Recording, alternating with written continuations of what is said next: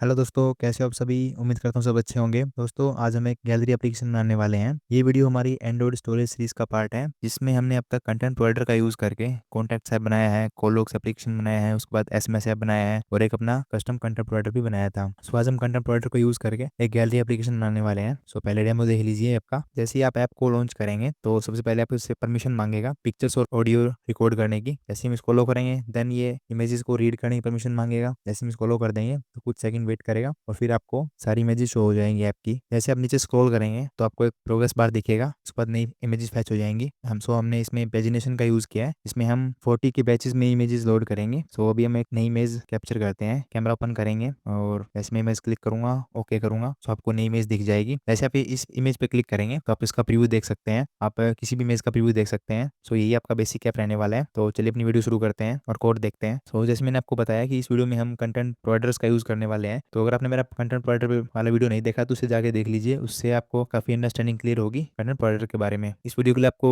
Basics जान लेना चाहिए, तो हम बेसिक्स देख लेते हैं एक बार कंटेंट प्रोवाइडर के बारे में। सो जो आपका कंटेंट प्रोवाइडर होता है वो एक टाइप की कॉमन स्टोरेज होती है, जिससे कोई भी ऐप एक्सेस कर सकते हैं। कंटेंट प्रोवाइडर का बेसिक पर्पज यही था कि अगर ऐप्स अपना डाटा आपस में शेयर करना चाहते हैं तो वो कंटेंट प्रोवाइडर के जरिए डाटा आपस में शेयर कर सकते हैं। स्टोरेज के और भी बहुत सारे तरीके हैं, जैसे कि internal storage, external storage, room database, share preferences. But उनमें क्या होता है, उनमें ऐप का डाटा पर्सनल होता है, उसे कोई दूसरा ऐप एक्सेस नहीं कर सकता है। इसलिए एक कॉमन स्टोरेज बनाई गई जिससे कि ऐप अपना डाटा आपस में शेयर भी कर पाएँ। उसके बाद अगर बात करें कि आप कंटेंट प्रोवाइडर के अंदर किस टाइप का डाटा स्टोर कर सकते हैं, तो आप कंटेंट प्रोवाइडर के अंदर इमेजेस, वीडियो, म्यूजिक फाइल या फिर आपका जो रॉ डाटा है, जैसे कि स्ट्रिंग्स हो गए, लिस्ट, बुलियंस, आप जो भी स्टोर करना चाहिए उसके अंदर स्टोर कर सकते हैं। उसके बाद अब बात आती है कि यूनिक एड्रेस। जब आपका कंटेंट प्रोवाइडर होता है उसका एक यूनिक एड्रेस होता है, जिसको हम एंड्रॉइड की लैंग्वेज में कंटेंट यूआरआई बोलते हैं। एंड्रॉइड के अंदर बहुत सारे कंटेंट प्रोवाइडर होंगे, हर एप्लीकेशन अपना खुद का कंटेंट प्रोवाइडर बना सकता है, तो हर एक का एक यूनिक एड्रेस होगा। अगर आपको एड्रेस पता है तो आप उस कंटेंट प्रोवाइडर का डाटा एक्सेस कर सकते हैं। उसके बाद आती है कि अगर आपको किसी कंटेंट प्रोवाइडर का डाटा रीड करना है या राइट करना है तो आपके पास उससे रिलेटेड स्पेसिफिक परमिशंस होनी चाहिए। कंटेंट प्रोवाइडर्स क्या करते हैं, परमिशंस डिफाइन करते हैं कि अगर आपको हमारे ऐप से डाटा रीड करना है तो आपको ये परमिशन चाहिए और राइट करना है तो आपको ये परमिशन चाहिए। अगर आपके पास वो प्रॉपर परमिशंस है तो ही आप उस कंटेंट प्रोवाइडर का डाटा एक्सेस कर सकते हैं। उसके बाद बात आती है कि जो कंटेंट प्रोवाइडर होते हैं वो अपना डाटा स्टोर कहाँ पे करते हैं। तो कंटेंट प्रोवाइडर एसक्यूएल डेटाबेस को यूज करते हैं, जो एंड्रॉइड का एक ओपन डेटाबेस है जिसमें आपका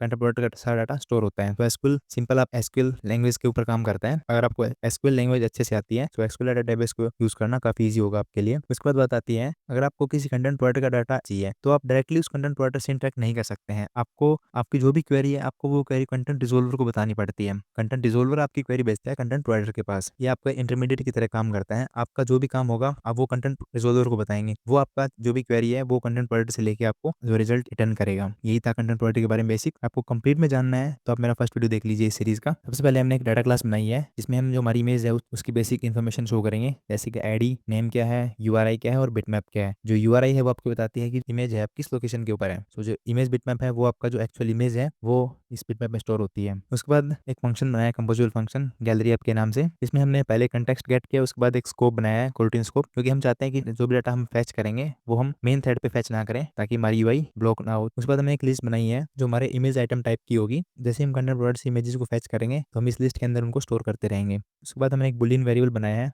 हैज परमिशंस, जो डिफाइन करेगा कि आपके पास इमेजेस को रीड करने की परमिशंस है या नहीं है। उसके बाद हमने एक और बुलियन वेरिएबल बनाया है, इज लोडिंग, जिससे हम क्या इंश्योर करेंगे कि क्या हम करंटली इमेजेस को लोड कर रहे हैं या नहीं कर रहे हैं। सो इसी के बेस पे हम हमारा प्रोग्रेस बार जो आपने देखा था डेमो में वो हम शो करते रहेंगे। उसके बाद हमने एक ऑफसेट बनाया है। सो हमने क्या किया है कि इस ऐप के अंदर पेजिनेशन को यूज किया है कि जैसे क्या होता है कि किसी किसी डिवाइसेस में बहुत सारी इमेजेस होते हैं, थाउजेंड्स में इमेजेस होती हैं। तो अगर आप उनको एक साथ फैच करोगे जो आप एप्लीकेशन है वो क्रैश हो जाएगी, क्योंकि उसको इतना डाटा एक साथ फैच करने में बहुत सारा टाइम लगेगा। तो आप यूजर को क्या लगेगा कि ऐप आपका हैंग हो गया है, बट एक्चुअली में वो डाटा फैच कर रहा होता है, तो उसमें टाइम लगेगा। तो इसलिए हमने क्या किया है कि हम पेजिनेशन का यूज करेंगे। इनिशियली हम 40 इमेजेस को फैच करेंगे, उसके बाद अगर वो स्क्रॉल करते बिल्कुल नीचे पहुंच गया है ग्रिड के तो उसके बाद हम नेक्स्ट 40 इमेजेस को फैच करेंगे। तो ये वेबसाइट क्या मेंटेन करेगा कि आपने फर्स्ट 40 इमेजेस शो किए हैं तो ये इनिशियली 0 से 40 हो जाएगा। नेक्स्ट टाइम आप 40 से आगे की इमेजेस फैच करोगे, तो यानी कि आप 40 से 80 तक इमेजेस फैच करोगे। उसके बाद आप 80 से 120 तक इमेजेस फैच करोगे। सो ये वेबसाइट आपका इनिशियल वैल्यू मेंटेन करेगा कि इनिशियली आपको कहाँ से स्टार्ट करना है फैच करना। बनाना। इसके बाद हमने एक लेजी ग्रिड स्टेट बनाई है, क्योंकि हम इसमें ग्रिड में अपना डाटा शो करेंगे, तो उसके लिए हमें ग्रिड के लिए स्टेट रिक्वायर्ड है। उसके बाद ये एक वेरिएबल बनाया है सिलेक्टेड इमेजेस, जो इमेज आइटम टाइप का होगा, तो इसका हम यूज करेंगे। अगर हम किसी इमेज पे क्लिक करते हैं तो हम उसको डायलॉग में थोड़ा बड़ा शो करेंगे, सो वो हम यहाँ पे मेंटेन करेंगे कि हमने किस इमेज को सिलेक्ट किया और हमें किसको बड़ा करके शो करना है डायलॉग के अंदर। उसके बाद हमने एक फंक्शन बनाया है लोड इमेज फ्रॉम गैलरी, इसमें हम कंटेंट प्रोवाइडर का यूज करेंगे, तो इसको बाद में देखेंगे। देन हमने दो लॉन्चर बनाए हैं, पहला है कैमरा लॉन्चर, सेकंड है परमिशन लॉन्चर। तो कैमरा लॉन्चर में हम क्या करने वाले हैं कि हम कैमरा को ओपन करेंगे और पिक्चर्स को लेंगे। अगर सक्सेसफुली अगर इमेज कैप्चर कर पाते हैं तो हम जो जो नई इमेज है उसको लोड करेंगे। अगर हम यहाँ पे ट्रू पास करेंगे तो जो हमारी लेटेस्ट इमेज होगी वो हम फैच करेंगे। उसके बाद परमिशन लॉन्चर में हम सिंपली परमिशंस पास करेंगे और परमिशंस के लिए डायलॉग शो करेंगे। तो अगर यूजर सारी परमिशंस पास कर देता है तो हम इमेजेस को लोड कर लेंगे। तो उसके लिए हमने एक लॉन्च फैक्ट बनाया है। लॉन्च फैक्ट में हमने पहले हमारी परमिशंस डिफाइन किए जो हमें परमिशन चाहिए। तो हमें पहली परमिशन चाहिए रीड मीडिया इमेजेस और कैमरा परमिशंस। तो इसके लिए आपको मैनिफेस्ट फाइल में जाके ये परमिशंस डिफाइन कर देनी है। जैसे पहले क्या होता था कि आप अगर read external storage permissions define करते हैं तो आप सारी इमेजेस को फैच कर सकते थे, लेकिन अभी क्या हो गया एंड्रॉइड में कि अगर आपको जो भी मीडिया कंटेंट चाहिए आप स्पेसिफिक उसी की परमिशन डालेंगे। अगर आपको इमेजेस चाहिए तो आप इमेजेस की परमिशन डालेंगे, अगर आपको वीडियो चाहिए तो आप वीडियो की परमिशन डालेंगे, और अगर आपको म्यूजिक फाइल चाहिए तो आप ऑडियो परमिशन डालेंगे। तो पहली परमिशन हमारी इमेजेस की होगी। उसके बाद हमें कैमरा भी लॉन्च करना है, तो कैमरे के लिए कैमरा परमिशन होगी, और क्योंकि हम कैमरा परमिशन के साथ हम हार्डवेयर भी यूज कर रहे हैं तो इसके लिए आपको ये यूजेस फीचर यूज करना पड़ता है। तो ये परमिशन यहाँ पे होगी है। उसके बाद हम चेक करेंगे कि जो हमारी सारी परमिशन हैं वो ग्रांटेड है कि नहीं है। अगर परमिशन ग्रांटेड है तो हम जो हमारा बुलियन वेरिएबल था उसको ट्रू कर देंगे, सो इमेजेस को इनिशियली फैच कर लेंगे। और अगर हमारी परमिशन ग्रांटेड नहीं है देन हम उस परमिशन लॉन्चर को लॉन्च कर देंगे और हमारी परमिशन पास कर देंगे। उसके बाद हमने स्कैफोल्ड का यूज किया है। सबसे पहले हमने टॉप बार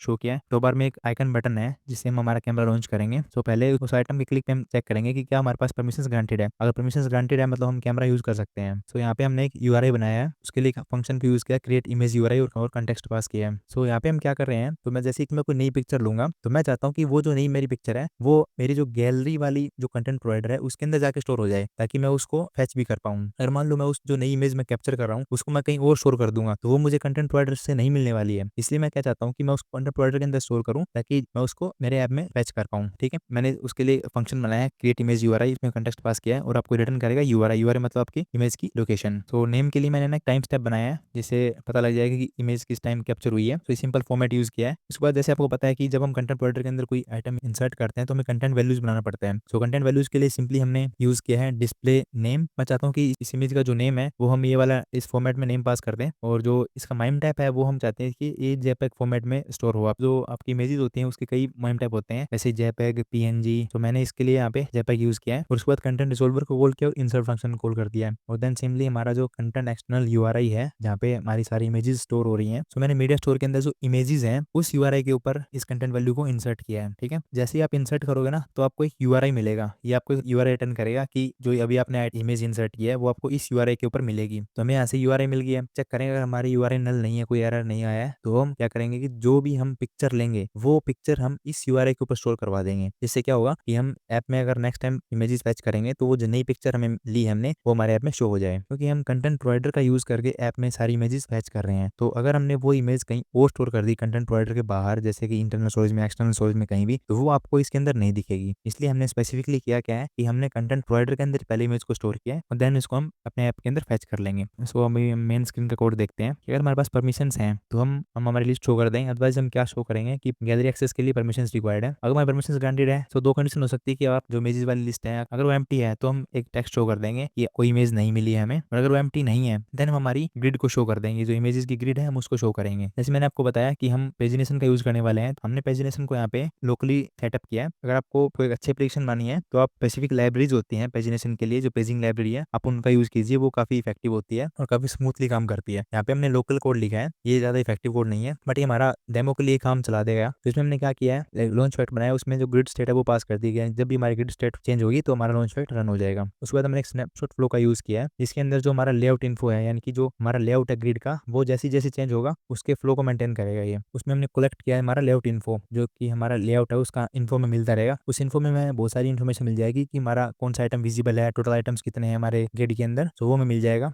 कैसे हम गेट करेंगे, तो पहले हम निकालेंगे visible items, layout info dot visible items info. ये आपको एक लिस्ट प्रोवाइड प्रोवाइड कराएगा लेजी ग्रिड आइटम इन्फो की। ठीक है, तो हम चेक करेंगे क्या वो लिस्ट एम्प्टी नहीं है। अगर वो लिस्ट एम्प्टी नहीं है मतलब हमें आइटम शो हो रहे हैं, तो इससे हम क्या निकाल लेंगे, विजिबल आइटम से हम निकाल लेंगे कि जो लास्ट आइटम में विजिबल है उसका इंडेक्स क्या है। सो हमारे पास टोटल आइटम्स कितने हैं, तो वो दोनों हम निकाल लेंगे। अभी हम चेक करेंगे कि जो लास्ट आइटम का इंडेक्स है वो हमारे जो टोटल साइज है -1 उसके इक्वल है। मतलब कि अगर हमें लास्ट आइटम का इंडेक्स विजिबल है और second condition is loading false, कि मतलब हम नई इमेजेस को लोड नहीं कर रहे हैं, देन हम क्या करेंगे, जो लोड इमेज फ्रॉम गैलरी वाला फंक्शन है उसको कॉल कर देंगे, जिससे क्या होगा कि आपका नेक्स्ट जो बैच है वो लोड हो जाएगा। तो इसका यही काम है। उसके बाद हमने एक लेजी वर्टिकल ग्रिड यूज किया है यहाँ पे। तो जो सेल है हमारा वो हमने 3 पास किया है, यानी कि हमें यहाँ पे 3 कॉलम्स दिखेंगी। उसके बाद स्टेट में हमने लेजी स्टेट पास करनी है हमें। उसके बाद हम आइटम्स का यूज करेंगे, जो हमारी इमेजेस वाली लिस्ट है उसको हम पास कर देंगे। सो हमें एक इमेज मिलेगी, उस इमेज को हमने एक इमेज कार्ड में शो किया है। इमेज कार्ड को देख लेते हैं। एक सिंपल मॉड्यूल फंक्शन है, इसमें हमने इमेज आइटम पास किया है और ऑन क्लिक लैम्डा पास किया है। तो हमने कार्ड में इमेज को शो किया है। इमेज में आपको इमेज बिटमैप पास करना होता है, सो हम इमेज से इमेज बिटमैप को गेट कर लेंगे और शो कर देंगे। और कंटेंट स्केल में हमने क्रॉप यूज किया है और ऑन क्लिक में हमने ऑन क्लिक लैम्डा पास कर दिया है। उसके बाद जैसे ही आपका कोई आइटम पे क्लिक करेगा, सिलेक्टेड इमेज पे हम पास कर देंगे जो हमें इमेज हमें मिली है वो। तो जो हमने वेरिएबल बनाया था सिलेक्टेड इमेज वाला, तो इसमें आपका जो इमेज आइटम सिलेक्ट हुआ है वो आपको मिल जाएगा। उसके बाद अगर लोडिंग ट्रू है, मतलब आइटम्स लोड हो रहे हैं, तो हम क्या चाहते हैं कि एक प्रोग्रेस बार शो हो। तो उसके लिए हमने क्या किया है, एक आइटम का यूज किया है और उसकी विड्थ हमने डिफाइन की है कि जो आइटम स्पैन है, मतलब उसकी जो ग्रिड की स्पैन है उतनी विड्थ इसको चाहिए, ग्रिड जितना उसको स्पेस चाहिए। तो हम एक बॉक्स शो करेंगे और उस बॉक्स के अंदर हमारा सर्कुलर प्रोग्रेस इंडिकेटर शो कर देंगे। देन उसके बाद हम बाहर आएंगे और यहाँ पे हमने चेक किया कि जो हमारा सिलेक्टेड इमेज है अगर वो नल नहीं है तो हमें यहाँ पे इमेज मिलेगा। और उस इमेज से हम क्या करेंगे, जो एक्चुअल बिटमैप है वो हम फैच कर लेंगे। तो उसके लिए आप यूज करेंगे मीडिया स्टोर इमेजेस मीडिया और गेट बिटमैप। उसके बाद वो कंटेंट रिजोल्वर पास करना है और जो आपकी इमेज की यूआरएल वो पास करनी है। तो इससे क्या होगा कि जो आपका एक्चुअल बिटमैप है वो आ जाएगा। तो आप उस बिटमैप को आप इमेज बिटमैप में कन्वर्ट करेंगे और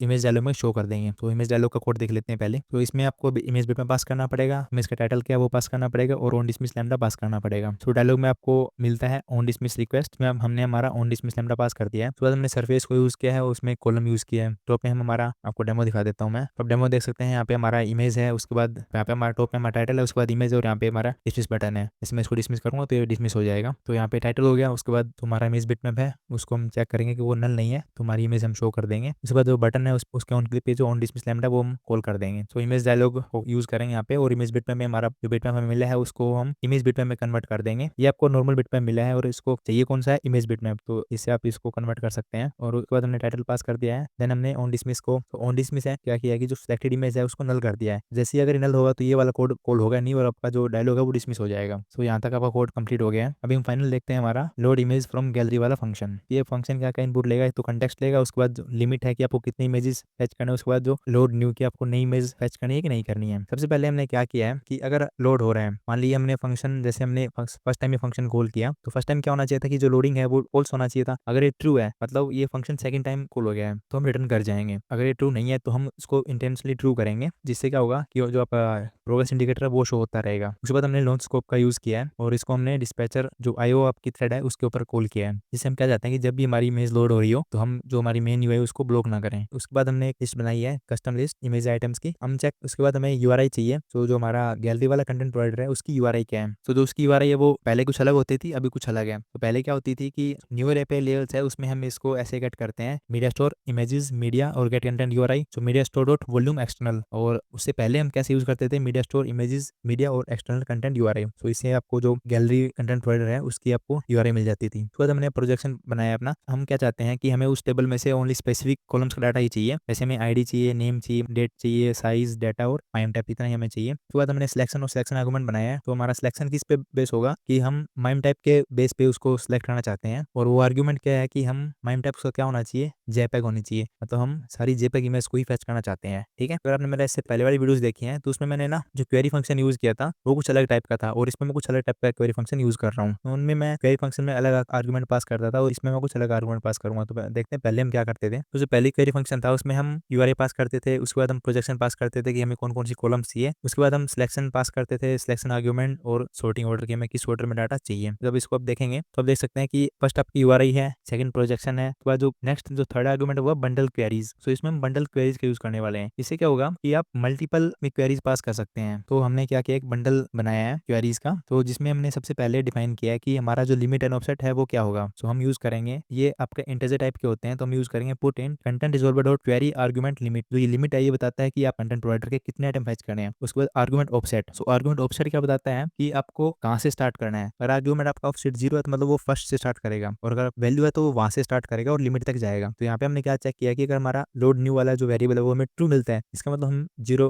पास करेंगे, और एल्स हम क्या पास करेंगे, ऑफसेट हम पास कर देंगे। हम क्या चाहते हैं कि जैसे ही हमने यहाँ पे ट्रू मिलेगा, वो हमें ट्रू कब मिलेगा, जब हम नई इमेज कैप्चर करेंगे, तो उस केस में ही आपका ये जीरो मिलेगा, एल्स आपका ऑफसेट पास कर देना है। उसके बाद हमने सिलेक्शन बनाया है, तो सिलेक्शन है वो हमने क्या पास किया है कि हमें माइम टाइप के बेस पे डाटा चाहिए, और आर्गुमेंट है वो क्या है कि जेपैग टाइप का ही होना चाहिए। सिलेक्शन बना लिया है, उसके बाद हमें शॉर्टिंग ऑर्डर डिफाइन करना है यहाँ पे। सो शॉर्टिंग ऑर्डर हम क्या चाहते हैं कि जो कॉलम्स है उसके बेस पे शॉर्ट होना चाहिए, और वो भी डेट मॉडिफाइड के अकॉर्डिंग। तो हम क्या चाहते हैं कि जो हमारा डाटा है वो डेट के अकॉर्डिंग शॉर्ट होना चाहिए, और डायरेक्शन है वो कौन सी होनी चाहिए, डिसेंडिंग, यानी कि जो नए हैं वो सबसे टॉप पे और जो पुराने पुराने वो सबसे नीचे दिखने चाहिए हमें। तो बंडल का क्या बेनिफिट है कि उसमें मल्टीपल आर्गुमेंट पास कर सकते हैं अपने अकॉर्डिंग। आप इसमें चाहते हैं तो और भी आर्गुमेंट ऐड कर सकते हैं, सो इसलिए हमने बंडल का यूज किया है। सो अभी हम क्या करेंगे, हमारा जो कलेक्शन है यानी कि जो हमारी कंटेंट यूआरएल है वो पास कर देंगे, उसके बाद जो प्रोजेक्शन है वो हम पास कर देंगे, उसके बाद जो हमारी क्वेरी आर्गुमेंट यानी कि जो हमारा बंडल है वो हम पास कर देंगे, और जो कैंसिलेशन सिग्नल उसको रखेंगे नल। सो कैंसिलेशन सिग्नल का क्या मतलब है कि अगर आप इसमें कुछ वैल्यू पास करेंगे तो आप कैरी वाली प्रोसेस है वो आपकी कैंसिल हो जाएगी, ठीक है। तो अगर आपने बीच में कुछ पास कर दिया यहाँ पे, तो जो कैरी वाली प्रोसेस है वो बीच में रुक जाएगी और आपको ये एक्सेप्शन थ्रो कर देगा। तो हम यहाँ पे ऐसा कुछ नहीं चाहते हैं। देन सिंपली जैसे आपको पता ही है कि क्वेरी आपको क्या रिटर्न करता है, कर्सर रिटर्न करता है, तो हम यूज करेंगे और आपको कर्सर मिलेगा। उसके बाद हम जो कर्सर है उससे जो हमारी कॉलम्स हैं उनके इंडेक्स गेट कर लेंगे, और उस इंडेक्स पे जो डाटा होगा उसको नेक्स्ट हम उस डाटा को फेच कर लेंगे। तो पहले हमें इंडेक्स चाहिए होगा, सो हम कर्सर से इंडेक्स गेट कर लेते हैं, तो यूज करेंगे cursor dot gate column index और थ्रो। तो हम पहले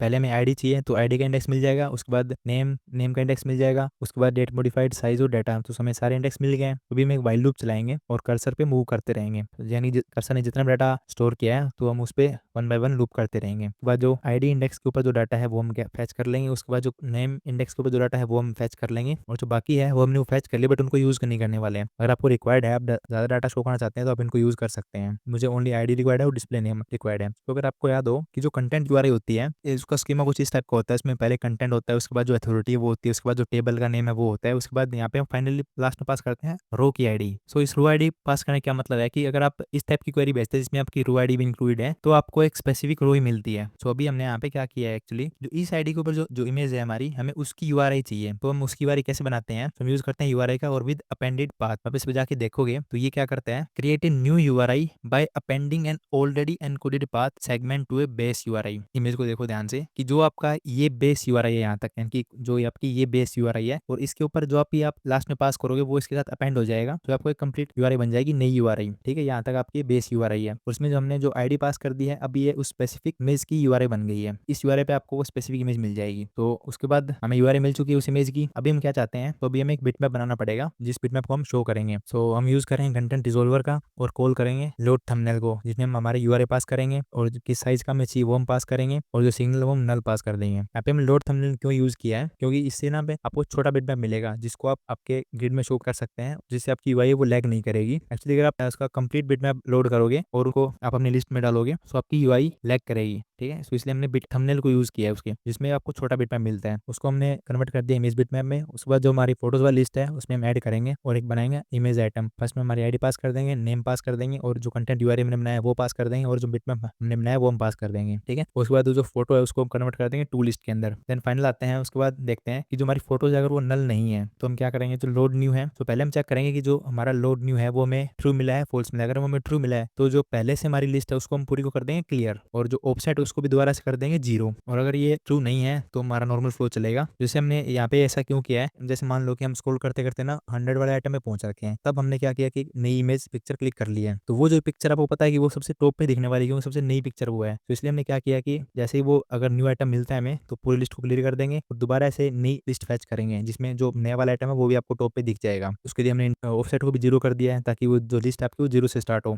और अगर ये नहीं है तो आपका नॉर्मल फ्लो क्या चलता रहेगा, हमेशा ये चलता रहेगा कि जो इमेज है उसमें हमारी जो फोटोज है उसको ऐड करते रहेंगे, और जो ऑफसेट है उसको हम लिमिट से बढ़ा देंगे, ठीक है। यानी कि फर्स्ट टाइम अगर ऑफसेट 0 था तो नेक्स्ट टाइम आपका 40 हो जाएगा, उससे नेक्स्ट टाइम आपका 80 हो जाएगा, तो ये बढ़ता रहेगा। और फाइनली हम क्या कर देंगे, जो लोडिंग है उसको फॉल्स कर देंगे, मतलब कि हमारी इमेजेस वो लोड हो चुकी है, और आपको नई इमेजेस को शो कर देंगे, और जो प्रोग्रेस इंडिकेटर है उसको हाइड कर देंगे। सो ये कोड है आपका। सो ये था इस वीडियो के लिए इतना ही। मिलते हैं नेक्स्ट वीडियो में। अगर वीडियो अच्छी लगे तो प्लीज लाइक करना, वीडियो को शेयर करना, चैनल को सब्सक्राइब करना बिल्कुल ना भूलें। Thanks for watching.